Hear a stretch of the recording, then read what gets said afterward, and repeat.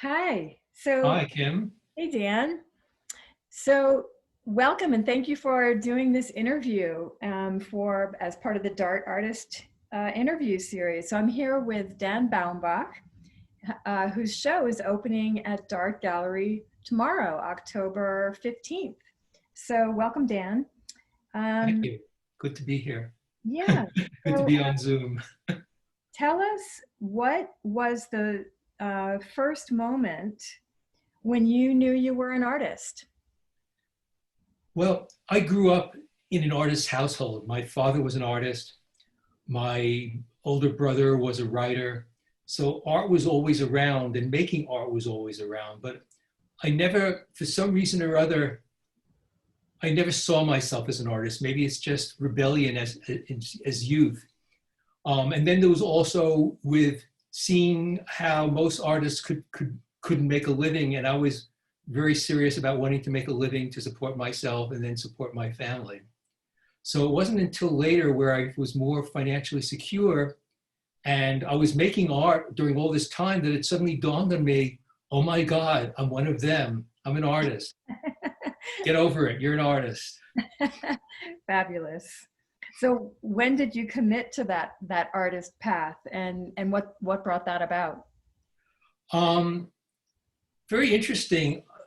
I was with a friend of mine, and we were visiting Napa Valley wineries. And I lived in California for years, so it was somewhat familiar to me, but my friend had never really been there. He's from Colorado also. So, and we went to this very, very fancy winery where you had like $100 bottles of Cabernet. And the owner was there, just sitting outside, hanging out, and we started hanging out with him. And he had this very,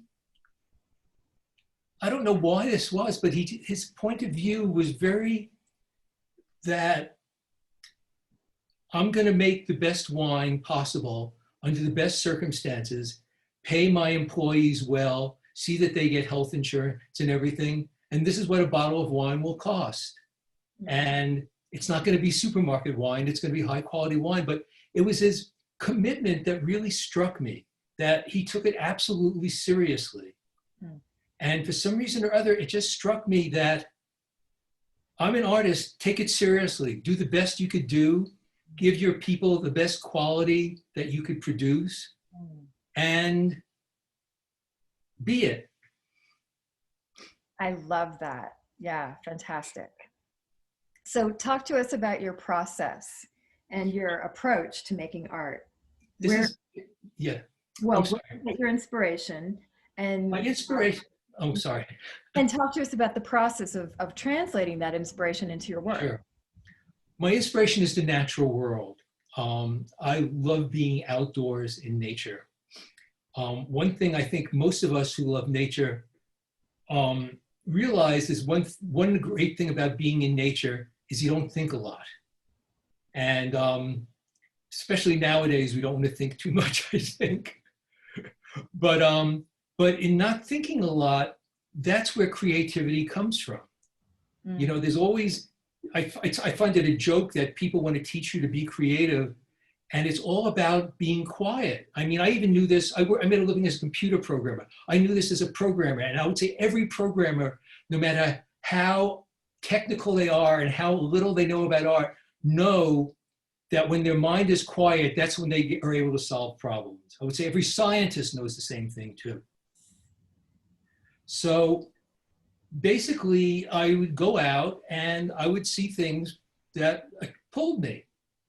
And I would look at them and sometimes I'd say, maybe I'll try to make a photograph of it. And most of the time, you're not successful, or you're somewhat successful. You say, oh, I've got to do things differently.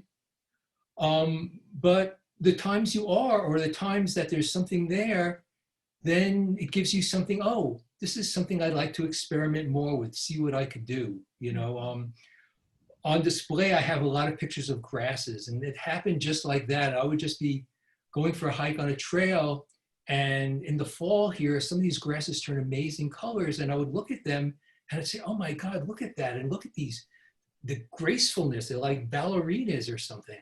Mm. So I said, let me try this, and it took a while, and then all of a sudden, I think every art, I know, I think every artist has to know their materials. Mhm. And then you use your materials to get what you want. And in photography, you have to know what lens is best for this, what lens openings, or in terms of how much acceptable sharpness is best for this, what shutter speed, do you want it to have some blur or not? So you have to kind of, for each subject, you have to learn, you have to have the background of how to get what you want, but also have to know what looks best. Mm. So for grasses, I want a very narrow range of sharpness, otherwise they're going to look too busy. Mhm. And sometimes I'm happy with a slow shutter speed and getting a little bit of blur from the wind, and sometimes not. So it's really learning how to best capture your subject matter. I tell anybody, I said, you're doing portraits. How do you best capture your subject matter? You always have to look at them, look at the light on them, and see how that works. Fantastic. Dan, thank you so much for sharing this. I love your analogy of grasses like ballerinas. Every time I look at your work now, I'm going to think of that. Thanks so much. Oh, you're welcome. Thank you.